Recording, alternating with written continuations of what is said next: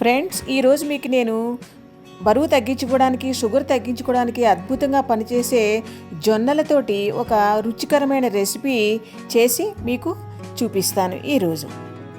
ఇందుకోసం నేను ఒక గ్లాసుడు జొన్నలు తీసుకుని రాత్రే నానబెట్టాను. అంటే 8 గంటల సేపు నానబెట్టాను అన్నమాట. కడిగేసుకుని నానబెట్టేసి తర్వాత దీనికి గ్లాస్ అంటే 2.5 గ్లాసులు నీళ్లు పోసి కుక్కర్లో పెట్టుకోవాలి.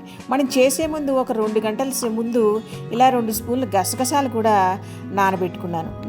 ఈ గసగసాల వల్ల ఒక కమ్మదనం, ఒక సువాసన వస్తుందన్నమాట. ఈ గ్లాస్తో నానబెట్టాను. ఈ గ్లాస్తో 2.5 గ్లాసులు నీళ్ళు పోసి ఇది ఇలా కుక్కర్లో నీళ్లు పోసి పెట్టుకోవాలి. కొంచెం ఎక్కువసేపే ఉడకాలి, జొన్నలు కదా.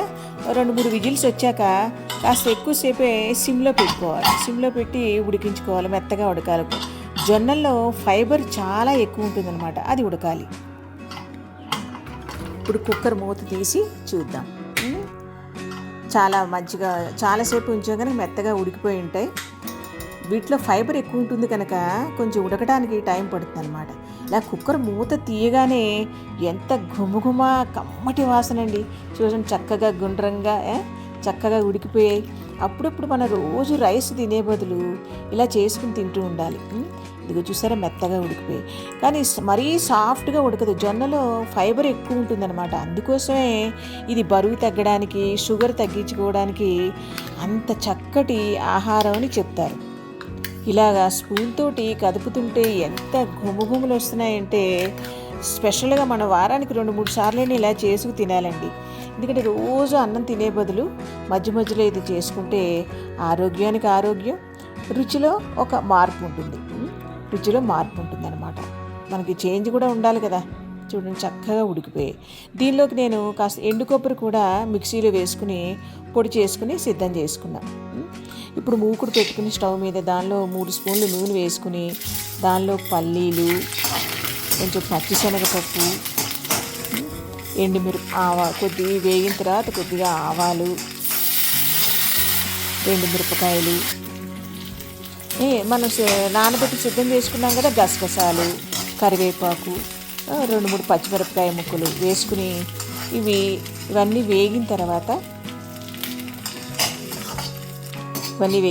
మనం సిద్ధం చేసుకున్న కొబ్బరి పొడి ఇది వేసేసి తగినంత ఉప్పు, పసుపు వేసి ఇవన్నీ కొంచెం వేగాలన్నమాట. గసగసాలు కూడా వేగాలి. ఉప్పు, పసుపు వేసి దీన్ని కొబ్బరి ఉడకబెట్టిన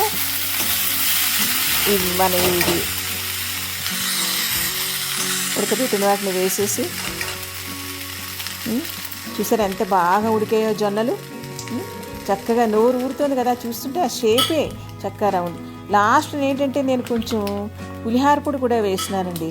ఇది మీ చాయిస్, మీరు వేసుకుంటే వేసుకోవచ్చు, లేకపోతే లేదు. పులిహార పొడి లేకుండా కూడా తినొచ్చు అనమాట.